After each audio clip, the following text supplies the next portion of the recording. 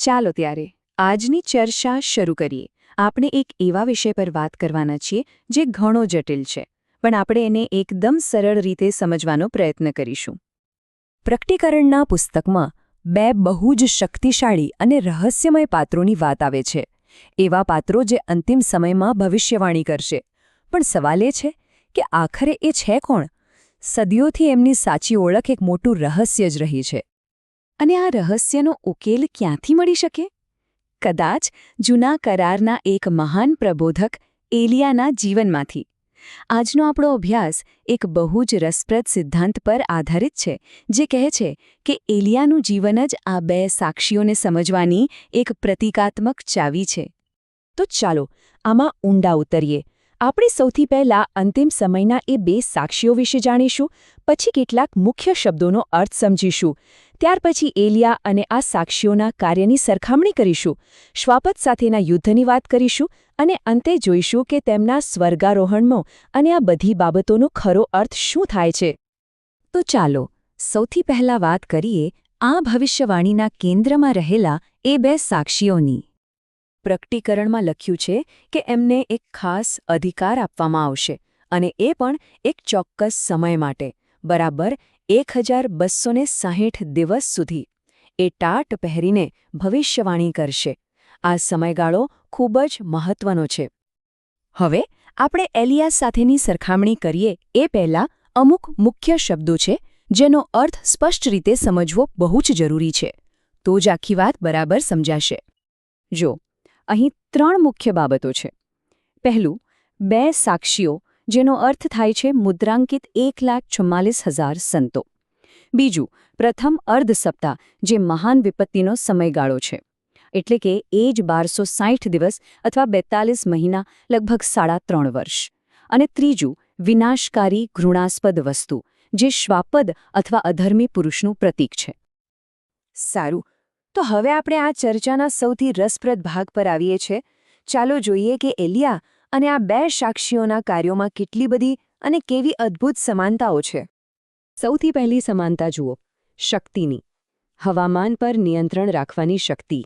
એલિયા કહે છે કે મારા વચન વગર વરસાદ નહીં પડે. અને બે સાક્ષીઓ વિશે પણ એ જ લખ્યું છે કે તેઓ આકાશને બંધ કરી દેશે જેથી વરસાદ ન પડે. અને સમયગાળો? બંને કિસ્સામાં 3.5 વર્ષ. અને વાત અહીં જ નથી અટકતી. બીજી એક સમાનતા જુઓ, અગ્નિની શક્તિ. એલિયાના કિસ્સામાં યહોવાનો અગ્નિ બલિદાનને ભસ્મ કરે છે, અને બે સાક્ષીઓ માટે કહેવાયું છે કે તેમના મુખમાંથી અગ્નિ નીકળીને તેમના દુશ્મનોને ભસ્મ કરી નાખશે. ખરેખર આ સમાનતા કેટલી પ્રભાવશાળી છે. શક્તિ સિવાય રક્ષણની વાત પણ છે. દુકાળના સમયે સારફટની વિધવા એલિયાનું પોષણ કરે છે, તેમને સાચવે છે.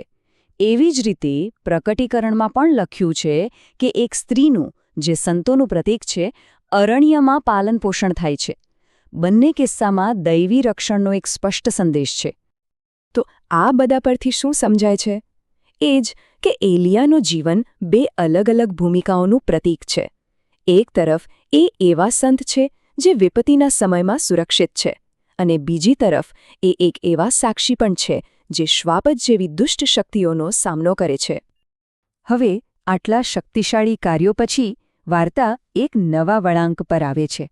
બંને કિસ્સાઓમાં એક અંતિમ યુદ્ધ, એક નિર્ણાયક મુકાબલો થાય છે. જો ફરી એકવાર સમાનતા. 3.5 વર્ષના એ સમયગાળાના અંતે એલિયાનો સામનો રાણી ઇઝેબેલ સાથે થાય છે, જે તેમને મારી નાખવા માંગે છે. અને બે સાક્ષીઓનો સામનો કોની સાથે થાય છે? અગાધ ઊંડાણમાંથી આવેલા શ્વાપદ સાથે, જે તેમની સામે યુદ્ધ છેડે છે. પણ બે સાક્ષીઓના કિસ્સામાં પરિણામ અલગ છે. એવું લાગે છે કે તેઓ હારી ગયા. શાસ્ત્ર કહે છે કે શ્વાપદ તેમના પર હુમલો કરશે, તેમને હરાવશે અને મારી નાખશે. આ એક દેખીતી હાર જેવું લાગે છે. પણ વાર્તા અહીં પૂરી નથી થતી. જે દેખીતી હાર હતી એ જ એક ભવ્ય વિજયની શરૂઆત બને છે. અને અહીં આવે છે સૌથી મોટી અને આશ્ચર્યજનક સમાનતા. એલિયાનું શું થયું? તેઓ વંટોળિયામાં જીવતા જ સ્વર્ગમાં ચાલ્યા ગયા. અને બે સાક્ષીઓ? તેમનું પણ એવું જ થાય છે. તેઓ મૃત્યુમાંથી સજીવન થઈને વાદળમાં સ્વર્ગમાં જાય છે. બંનેનું પૃથ્વી પરનું કાર્ય સામાન્ય મૃત્યુથી નહીં, પણ એક અદ્ભુત સ્વર્ગારોહણથી પૂરું થાય છે. તો આ બધી સમાનતાઓ, આ આખી વાત આપણને ક્યાં લઈ જાય છે? આનો ખરો અર્થ શું છે? તો આ સિદ્ધાંત મુજબ 2 સાક્ષીઓ એટલે મુદ્રાંકિત 1,44,000 સંતો, તેમનું કામ શ્વાપતની પૂજા સામે ચેતવણી આપવાનું છે. આ બધું પ્રથમ અર્ધ સપ્તાહ એટલે કે મહાન વિપત્તિના સમયમાં બને છે. તેમનું મૃત્યુ અને પુનરુત્થાન એ પ્રથમ પુનરુત્થાનનો પ્રતીક છે. ટૂંકમાં એલિયાની આખી વાર્તા અંતિમ સમયના સંતોની યાત્રા કેવી હશે તેનો એક નમૂનો છે. આમ આ એ જ લોકો છે જેમને માનવજાતમાંથી છોડાવવામાં આવ્યા છે, દેવ અને હલવાન માટે પ્રથમ ફળ તરીકે. એલિયાના જીવન જેવી જ તેમની યાત્રા તેમને મુક્તિના પ્રથમ ફળ તરીકે અલગ પાડે છે. અને આ બધું આપણને એક અંતિમ સવાલ પર લાવીને ઊભું રાખે છે. શું એલિયાનું જીવન ખરેખર અંતિમ સમયના સંતોની યાત્રાને પ્રતિબિંબિત કરતો એક અરીસો છે? શું જૂના કરારની આ વાર્તાઓ માત્ર ઇતિહાસના પાના છે કે પછી આવનારા ભવિષ્યને સમજવા માટેનો એક પ્રતિકાત્મક નકશો?